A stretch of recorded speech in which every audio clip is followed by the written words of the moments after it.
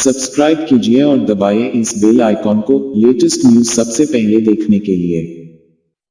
नमस्कार दोस्तों, यूपी के लखीमपुर खीरी में हुई हिंसा को लेकर बवाल भले ही थम गया हो, लेकिन राजनीति अभी भी जारी है। बुधवार को सूबे के पूर्व मुख्यमंत्री और समाजवादी पार्टी के मुखिया अखिलेश यादव ने मीडिया से खास बात की।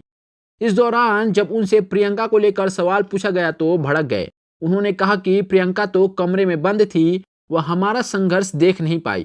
दरअसल सीतापुर में हिरासत में लिए जाने के बाद प्रियंका गांधी ने कहा था कि समाजवादी पार्टी और बहुजन समाज पार्टी मैदान में संघर्ष करती नहीं दिखती।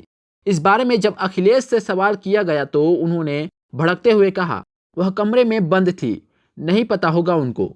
सबसे ज्यादा संघर्ष समाजवादियों ने किया है, सबसे ज्यादा लाठी समाजवादियों को पड़ी है, इसलिए किसी को टिप्पणी करने की जरूरत नहीं है कि कौन क्या कर रहा है।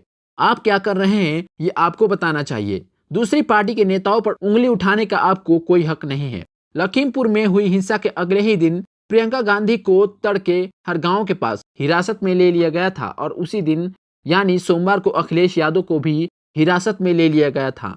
प्रियंका को सीतापुर के गेस्ट हाउस में रखा गया था। वहां से उनका एक झाड़ू लगाते हुए वीडियो सामने आया था। इस वीडियो को लेकर जब अखिलेश यादव से सवाल किया गया तो उन्होंने कहा, इस पर कोई बहस नहीं है, सबको गिरफ्तार किया गया, किसी को कहीं रखा गया जहां पुलिस ही नहीं थी, हमें ले जाया गया कि यही आपकी जेल है। उन्होंने कहा, जब सरकार के पास इंतजाम नहीं है, सरकार तैयार ही नहीं है, केवल सरकार इसलिए तैयार है कि कोई पीड़ित परिवार से नहीं मिले, पूरी फोर्स लगा रखी है।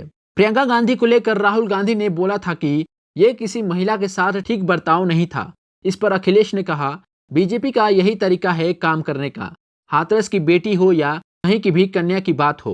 उन्होंने कहा, मुख्यमंत्री के गृह जनपद गोरखपुर में हत्या होती है, 6 पुलिस वाले जाते हैं, एक व्यापारी को पीटते हैं, पीटते पीटते उनकी जान चली जाती है, अभी भी पुलिस के लोग फरार हैं।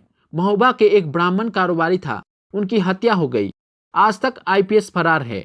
अभी लखीमपुर में कुचल दिए गए, एक पत्रकार की जान चली गई, सब फरार हैं, कोई गिरफ्तार नहीं हुआ। अखिलेश ने आगे कहा, अगर गृह राज्य मंत्री होंगे, उनके बेटे ने अपराध किया होगा तो कौन पकड़ेगा। इसलिए सरकार गृह राज्य मंत्री को बचाना चाहती है, उनके परिवार को बचाना चाहती है, ताकि सच्चाई बाहर ना आ जाए। अखिलेश ने साफ किया कि वह अगले विधानसभा चुनाव में कांग्रेस से गठबंधन नहीं करने जा रहे हैं।